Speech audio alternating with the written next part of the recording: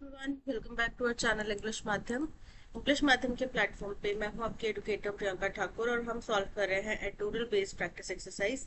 Start करते हैं आज का session with thought of the day, that is sometimes letter becomes never, so do it now. यानी कि कभी कभार ऐसा होता है कि आप कोई चीज बाद के लिए टाल देते हैं और फिर वो कभी नहीं होती। तो बेहतर है जो अभी आपके हाथ में टास्क है उसको अभी करो, बाद के लिए मत टालो, बिकॉज यू नेवर नो बाद आए या ना आए, आपको दोबारा मौका मिले करने का कुछ वो कार्य जो आप करना चाह रहे थे या नहीं।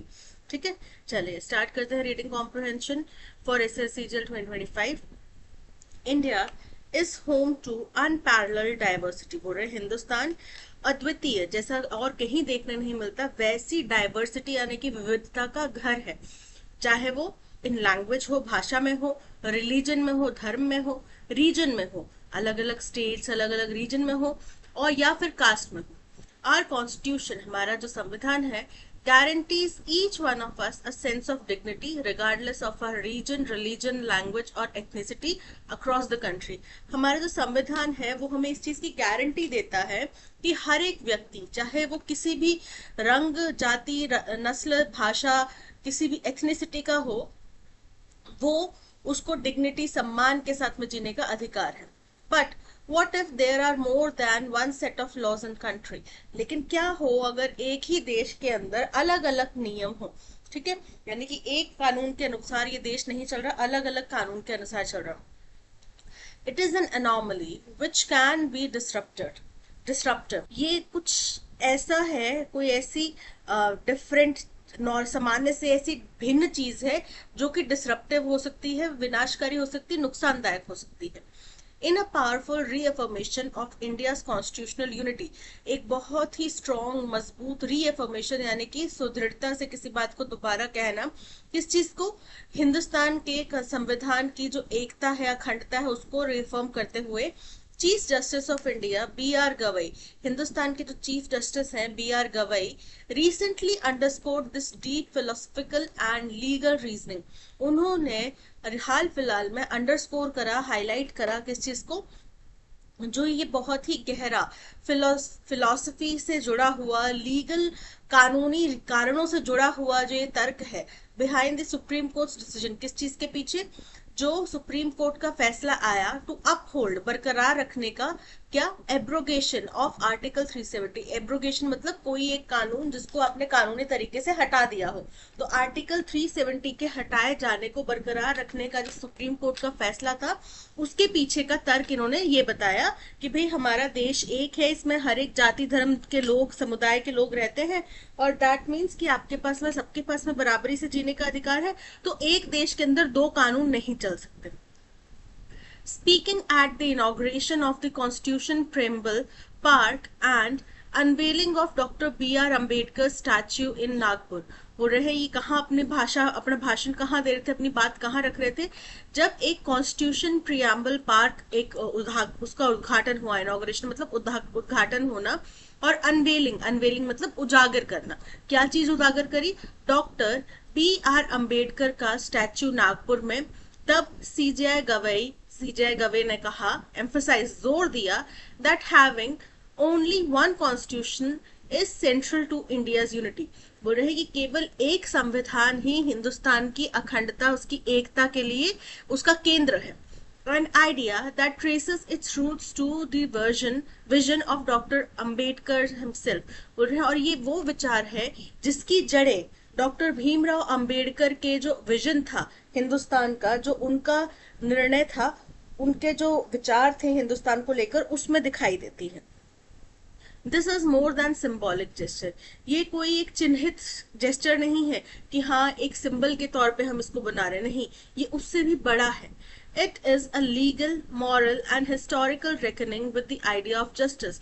बोल रहे हैं ये लीगल, कानूनी, मॉरल, नैतिक, और हिस्टोरिकल यानी कि ऐतिहासिक रेकनिंग है किस चीज की, जो जस्टिस, न्याय का जो आइडिया है, न्याय का जो सिद्धांत है, उसको मान्यता देना है।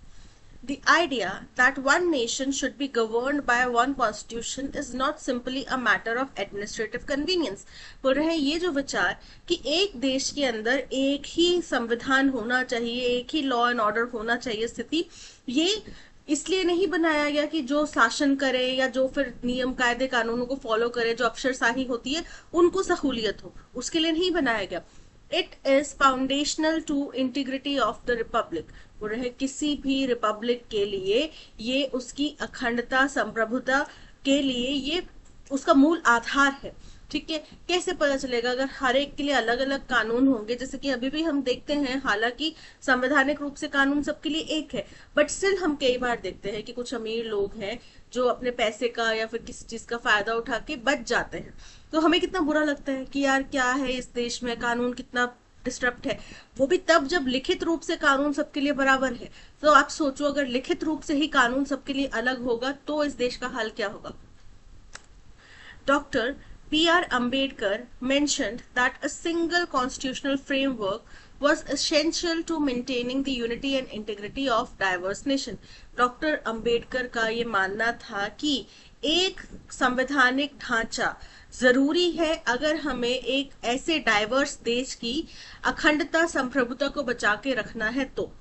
Ambedkar believed in a constitution that was both federal and unitary in spirit. बोल रहे हैं अंबेडकर ऐसे संविधान में विश्वास रखते थे जो कि फेडरल हो। फेडरल का मतलब होता है एक ऐसा गवर्नेंस का सिस्टम जिसमें कि जो पावर है वो एक तो मेन सेंट्रल गवर्नमेंट होती है उसके, और फिर स्टेट गवर्नमेंट्स होती हैं, इनके बीच में डिवाइड हो।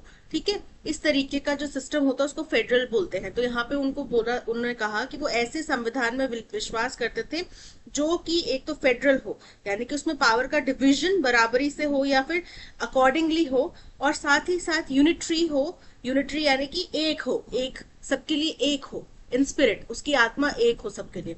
Capable of embracing diversity while ensuring a central unity, जो कि इस बात के लिए सक्षम हो कि वो जो अलग अलग हमारे देश में डाइवर्सिटी है उसको भी एम्ब्रेस करे, उसको भी एक्सेप्ट करे, उसको भी अपने अंदर शामिल करे, और साथ ही साथ ये भी सुनिश्चित करे कि सेंट्रल जो थीम है, जो केंद्र है, मुख्य आधार है, वो एक हो। द एग्जिस्टेंस ऑफ आर्टिकल 370, अब जब तक आर्टिकल 370 रहा, which granted Jammu and Kashmir its own constitution, जिसने कि जम्मू एंड कश्मीर को उसका खुद का एक संविधान दिया, एंड स्पेशल स्टेटस, और एक स्पेशल स्टेटस दिया, was thus contrary to this foundational vision। तो इसलिए जम्मू एंड कश्मीर का जो स्पेशल स्टेटस था, एक स्पेशल कॉन्स्टिट्यूशन था, ये कॉन्ट्ररी था, विपरीत था किस चीज के? ये जो मूलभूत मूल आधार था, विजन था हमारे संविधान का, हमारे देश के निर्माण का, उसके बिल्कुल विपरीत था। दी Constitution, though federal in structure, vests significant powers in the Union during times of crisis। बोल रहे हैं संविधान, हालांकि हमारा संविधान फेडरल है उसके स्ट्रक्चर में, यानी कि पावर्स डिवाइडेड है, लेकिन फिर भी एक बहुत महत्वपूर्ण पावर होती है जब एक केंद्र की सरकार, कोई क्राइसिस का समय हो गया, वॉर हो गया, डिसइंटीग्रेशन हो गया, उस समय पे केंद्र सरकार के पास में ज्यादा सिग्निफिकेंट महत्वपूर्ण पावर्स होती हैं। ठीक है, Ambedkar defended this framework, saying the Indian Constitution was designed to remain united through both peace and conflict। बोल रहे हैं अम्बेडकर ने इस फ्रेमवर्क का बचाव किया ये कहते हुए कि भारतीय संविधान जो है उसको यूनाइटेड ही रहना चाहिए, चाहे शांति हो चाहे मतभेद हो, उसको एक रहना चाहिए। ठीक है, article 370 inserted as a temporary provision, article 370 जिसको एक टेम्पररी प्रावधान के तौर पे लाया गया था, effectively created an exception to the rule of uniform citizenship। इसने एक एक्सेप्शन बना दिया। एक्सेप्शन क्या होता है? अपवाद पैदा कर दिया, प्रभावशाली रूप से एक अपवाद पैदा कर दिया उस नियम के लिए जो कहता है समान नागरिकता का अधिकार। It allowed Jammu and Kashmir to operate under a separate constitution, इसने जम्मू एंड कश्मीर को अलाउ किया, उनको अनुमति दी कि वो अलग एक कॉन्स्टिट्यूशन के अंतर्गत कार्य करे, एंड एंजॉय स्पेशल प्रिविलेजेस, और वो कुछ स्पेशल प्रिविलेजेस एंजॉय कर सके, creating a sense of legal and political separation from the rest of India, और जिसने की एक कानूनी और एक पॉलिटिकल सेपरेशन यानी कि अलगाव की एक फीलिंग यहाँ पे पैदा कर दी, एक अलगाव का अनुभव यहाँ पे पैदा कर दिया। कहाँ पे? Jammu and Kashmir compare to Hindustan का बाकी हिस्सा। ओवर टाइम दिस प्रोविजन, के समय के साथ साथ ये जो प्रावधान था which was suppose to fade, जिसका उद्देश्य था कि ये धीरे धीरे हट जाएगा, classified into a structural anomaly. तो ये क्या बन गया? एक ढांचागत विभिन्नता बन गया, मतभेद अपवाद बन गया। ठीक है, when the parliament abrogated article 370 in 2019 it was challenged in court. जब पार्लियामेंट ने आर्टिकल 370 को 2019 में हटाया था तो उसको कोर्ट में चुनौती दी गई। द 5 जज constitution bench of the supreme court, तो जो 5 जजेस की संवैधानिक बेंच थी सुप्रीम कोर्ट की, इंक्लूडिंग सीजेआई गवई, जिसमें सीजेआई गवई भी शामिल थे, अपहेल्ड द डिसीजन इन 2023। उन्होंने इस डिसीजन को बरकरार रखा दिसंबर 2023 में जब फैसला आया। This ruling was a declaration that India in its truest constitutional spirit, ये जो फैसला था ये घोषणा थी इस बात की कि हिंदुस्तान अपने सबसे ट्रूएस्ट, सबसे वास्तविक संवैधानिक आत्मा के रूप में, संवैधानिक स्पिरिट के रूप में must be governed by one set of laws, उसको एक ही कानून के अंतर्गत गवर्न किया जाना चाहिए, उसके ऊपर शासन केवल एक ही कानून के अंदर किया जाएगा। राइट्स फॉर ऑल सिटीजन, और सभी नागरिकों के अधिकार भी एक जैसे ही होंगे रिगार्डलेस ऑफ रीजन, चाहे वो किसी भी रीजन से आते हैं। Whether one lives in Kerala और कश्मीर, चाहे कोई केरला में रहे चाहे कोई कश्मीर में रहे, every citizen must be equal before the law, हर एक नागरिक जो है वो कानून की नजर में एक समान होना चाहिए, नॉट जस्ट इन थ्योरी, और ये केवल कागजी बातें नहीं होनी चाहिए, प्रैक्टिकल लाइफ सिचुएशन होनी चाहिए, but in real life situation, ठीक है, रियल लाइफ में, वास्तविकता में होना चाहिए। This is what our constitution guarantees, बोल रहे हैं यही गारंटी हमें अपने संविधान से मिलती है। फ्रैगमेंटेड लीगल फ्रेमवर्क्स, फ्रैगमेंटेड मतलब कि टुकड़े टुकड़े में बटा हुआ, तो टुकड़े टुकड़े में बटा हुआ जो कानूनी ढांचा है, ब्रीड फ्रेगमेंटेड आइडेंटिटीज, उससे टुकड़े टुकड़े में बटी हुई पहचान उत्पन्न होएगी। ठीक है, तो इससे हम एक भारतीय नागरिक के तौर पे नहीं, कोई तमिल है, कोई मराठी है, कोई पंजाबी है, ऐसे पैदा होंगे, हिंदुस्तानी पैदा नहीं होंगे, भारतीय पैदा नहीं होंगे, हम भारतीय नहीं कहलाए जाएंगे, हम पंजाबी कहलाए जाएंगे, हम मराठी कहलाए जाएंगे, जो कि ठीक है, होना चाहिए, हमें अपनी जो बॉर्न, जहाँ पे बॉर्न एंड ब्रॉट अप है, रीजनल आइडेंटिटी नहीं भूलनी है, बट जब हम बाहर किसी प्लेटफॉर्म पे जाते हैं तो हम एज एन इंडियन रिप्रेजेंट होने चाहिए, ना कि कश्मीरी अलग और हिंदुस्तानी अलग। ठीक है, इन कॉन्ट्रास्ट, इसके विपरीत, a unified constitutional order promotes a shared sense of belonging and purpose। जब एक संवैधानिक ऑर्डर होता है, नियम होता है, तो उससे क्या होता है, एक सेंस ऑफ बिलोंगिंग और पर्पस, कि हम सभी हिंदुस्तानी हैं, हमारा एक ही उद्देश्य, हमारा देश हमारी प्रायोरिटी है, ये पैदा होता है। While Pakistan, Sri Lanka, Nepal and Bangladesh have had constitutional breakdowns, India has stood strong thanks to our constitution। बोल रहे हैं हमारे जो पड़ोसी जितने भी देश हैं, चाहे पाकिस्तान है, श्रीलंका है, नेपाल है, बांग्लादेश है, भूटान है, हर एक देश में संवैधानिक ब्रेकडाउन हुआ है। संवैधानिक ब्रेकडाउन यानी कि जैसे सत्ता पलट जिसको बोलते हैं, तख्ता पलट हो गया है। ठीक है, सत्ता तो पलटती है, तख्ता पलट होना, राइट। पाकिस्तान में भी हमें पता है कि कितने बार मिलिट्री कू हुए हैं, मिलिट्री वहां पे प्रेसिडेंट्स रहे हैं। श्रीलंका में भी अभी हाल फिलहाल में हमने घटना देखी थी, नेपाल में भी ऐसा कुछ हो चुका है, और बांग्लादेश अभी चल ही रहा है इससे। हमारा संविधान तब से जब से बना है तब से अभी तक अखंड है, अभी तक ऐसा कोई ब्रेकडाउन हमने टचवुड नहीं देखा, जिसका मतलब है कि हमारा संविधान बहुत ही मजबूती से बनाया गया है। इसलिए लॉन्ग लिव द कॉन्स्टिट्यूशन, की हमारा संविधान अमर रहे, लंबा जिए। ठीक है, ये राइटर का मानना है। तो ये हो गया पैसेज, आई होप आपको समझ में आया होगा। चलिए चलते हैं क्वेश्चन नंबर 1 पे। क्वेश्चन नंबर 1 हमसे पूछ रहा है what is the tone of the passage. Critical है, क्रिटिसाइज कर रही है, नहीं। यहाँ पे जो संवैधानिक हमारी अखंडता है, संवैधानिक हमारी एकता है, उसका जश्न मनाया गया। जैसे कि लास्ट की अगर हम सिर्फ एक लाइन भी देख लें कि बाकी देशों में जो हमारे पड़ोसी हैं, जिनके साथ में हम बॉर्डर शेयर करते हैं, वहां पे संवैधानिक जो उलटफेर है वो देखा गया है, बट हिंदुस्तान में ऐसा नहीं देखा गया। वो भी ऐसे देश में, हिंदुस्तान जो कि ऐसा देश है जिसमें डाइवर्सिटी बहुत ज्यादा है, चाहे कास्ट, कलर, रीजन, रिलीजन, किसी भी बेस पे हो, लैंग्वेज के आधार पे, किसी भी आधार पे हो, इतनी डाइवर्सिटी होने के बावजूद हमारे देश में ऐसी घटना नहीं देखी गई, विच मीन्स कि हमारा संविधान बहुत स्ट्रांगली बना है और बहुत इसकी जो जड़ें हैं वो बहुत गहरी है। ठीक है, तो दैट मीन्स ये सेलिब्रेटरी है, क्रिटिसाइज नहीं कर रहा है, सरकास्टिक भी नहीं है, पेसिमिस्टिक नेगेटिव भी नहीं है। So option A celebratory is correct. Why doctor B.R. Ambedkar advocate for a single constitutional framework for India.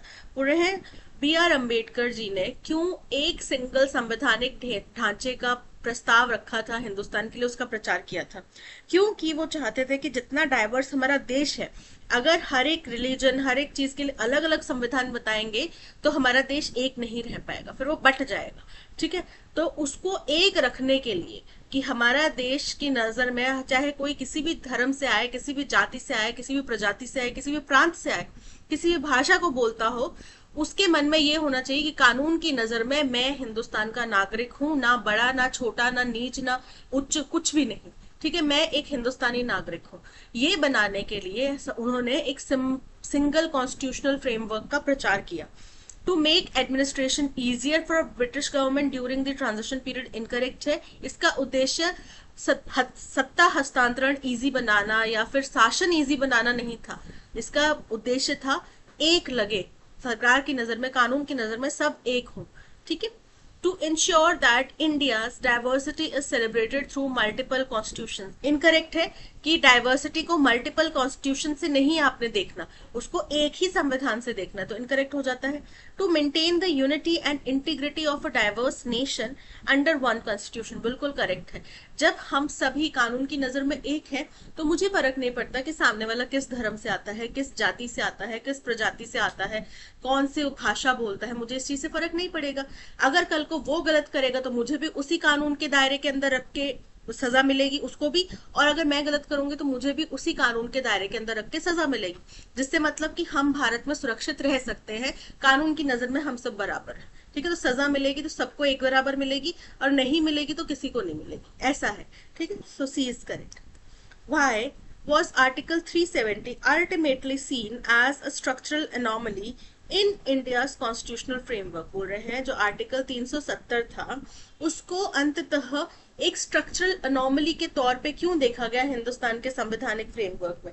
क्यों? क्योंकि ये जो जम्मू कश्मीर को है उसको अलग से एक कॉन्स्टिट्यूशन का प्रिविलेज देता था, उसको अलग से अपना लॉ बनाने का अनुमति देता था, जो कि गलत था। क्योंकि हमारा देश एक है तो सभी स्टेट्स के पास में सेम अधिकार होना चाहिए। It temporarily provided Jammu and Kashmir with a separate constitution and privileges, creating legal separation that persisted longer than intended. बिल्कुल करेक्ट है। अब देखो ये जो कानून बना था ना आर्टिकल 370, ये इसका उद्देश्य ये नहीं था कि हमेशा के लिए टिका रहे। इसका उद्देश्य ये था कि स्टार्टिंग में आपको दिया जाएगा कुछ समय के लिए, जैसे ही आर्टिकल 370 था, इसका उद्देश्य भी यही था कि इसको थोड़े समय के लिए लोगों को शायद सेंस ऑफ सिक्योरिटी या अपने आप को खुद को वहां पे ढालने में टाइम दिया जाए। बट हुआ क्या, ये परसिस्ट कर गया, ये टिक गया। ठीक है, so option A is correct. In the context of the passage, बोल रहे हैं पैसेज के संदर्भ में, which of the following words is most opposite in meaning to classified as use in this provision, classified into structural anomaly. अब classified का हमें वो बताना, ऑपोजिट मीनिंग बताना है। तो क्लासिफाइड का मतलब होता है स्ट्रांग हो जाना। यहाँ पे मतलब है कि ये स्ट्रांग हो गया, किसमें? एक ढांचागत एनॉमली में, विविधता में, डिफरेंस में ये ढल गया। ठीक है, स्ट्रांग हो गया, हार्डन हो गया। तो इसका उल्टा क्या हो जाएगा? कम हो जाना, सॉफ्ट हो जाना। फर्स्ट है हार्डन, हार्डन मतलब मजबूत हो जाना, तो ये इनकरेक्ट है। सॉलिडिफाइड भी मजबूत। कंजील्ड, इसका मतलब भी होता है लिक्विड से सॉलिड में बदल जाना। तो सी है डिजोल्व, डिजोल्व मतलब घुल जाना, यानी कि सॉफ्ट हो जाना, यानी कि कमजोर पड़ जाना। So option C is correct. Doctor Ambedkar, अब स्टेटमेंट्स गिवन है, हमें बताना कौन सी स्टेटमेंट करेक्ट है। Doctor Ambedkar envisioned a constitution that balances diversity with unity. Correct है ये चीज, उन्होंने ऐसे ही संविधान का एक सपना देखा था कि भाई जहां पे हमारे देश की जो विभिन्नता है उस सबको एक कॉन्स्टिट्यूशन के अंतर्गत रख के समाहित कर दिया जाए, उसके अंदर ही सबको समाहित कर दिया जाए, है ना? करेक्ट है। Article 370 promoted uniform citizenship rights across India. Incorrect है। आर्टिकल 370 की वजह से जो कश्मीर के नागरिक हैं उनको एक अलग से स्पेशल स्टेटस मिल जाता था, तो ये इनकरेक्ट है। Fragmented legal systems can lead to fragmented identities. बिल्कुल करेक्ट है। ये स्टेटमेंट कही गई कि अगर हमारी बटी हुई लीगल सिस्टम, हमारा लीगल सिस्टम ही बटा हुआ होगा तो हमारी पहचान भी बटी हुई होगी। The Constitution of India was designed to ensure unity only during peace time. Incorrect है। चाहे पीस टाइम हो चाहे वॉर टाइम हो, दोनों समय पे उसमें एकता होनी चाहिए। So first and third is correct. First and third option A is correct. That's all. आज के सेशन में इतना ही। Thank you so much for watching. इसी तरीके का full 25 question practice exercise solve करने के लिए आप हमारा पेड कोर्स ले सकते हैं। बेनिफिट क्या होगा पेड कोर्स लेने का कि आपको जो मॉक टेस्ट वगैरह आप देते हैं तो उससे आपकी प्रैक्टिस हो जाएगी, तो आप इसको एक मॉक टेस्ट की तरह अटेम्प्ट कीजिए, ठीक है, उससे आपकी प्रैक्टिस हो जाएगी और अच्छी। तो पेड कोर्स के अंदर आपको आरसी सिमिलर सेम इसी तरीके से, फिर पैराजंबल के क्वेश्चंस, क्लॉज टेस्ट के क्वेश्चंस, एंटोनिम सिनोनिम के क्वेश्चंस और एरर फाइंडिंग के क्वेश्चंस आपको मिलेंगे जो कि बिल्कुल एग्जाम बेस्ड पैटर्न पे होते हैं। तो अपनी प्रैक्टिस को और इम्प्रूव करने के लिए आप पेड कोर्स ले सकते हैं। अगर कोर्स रिलेटेड कोई भी डाउट या क्वेरी आता है तो आप हमें हमारे कॉन्टैक्ट नंबर गिवन है डिस्क्रिप्शन में, आप उस पर कॉल कर सकते हैं। Thank you so much for watching. अगर आपको कंटेंट पसंद आया हो तो लाइक शेयर और सब्सक्राइब जरूर कीजिएगा। मिलते हैं नेक्स्ट सेशन में। Till then keep learning and keep practising. Bye bye.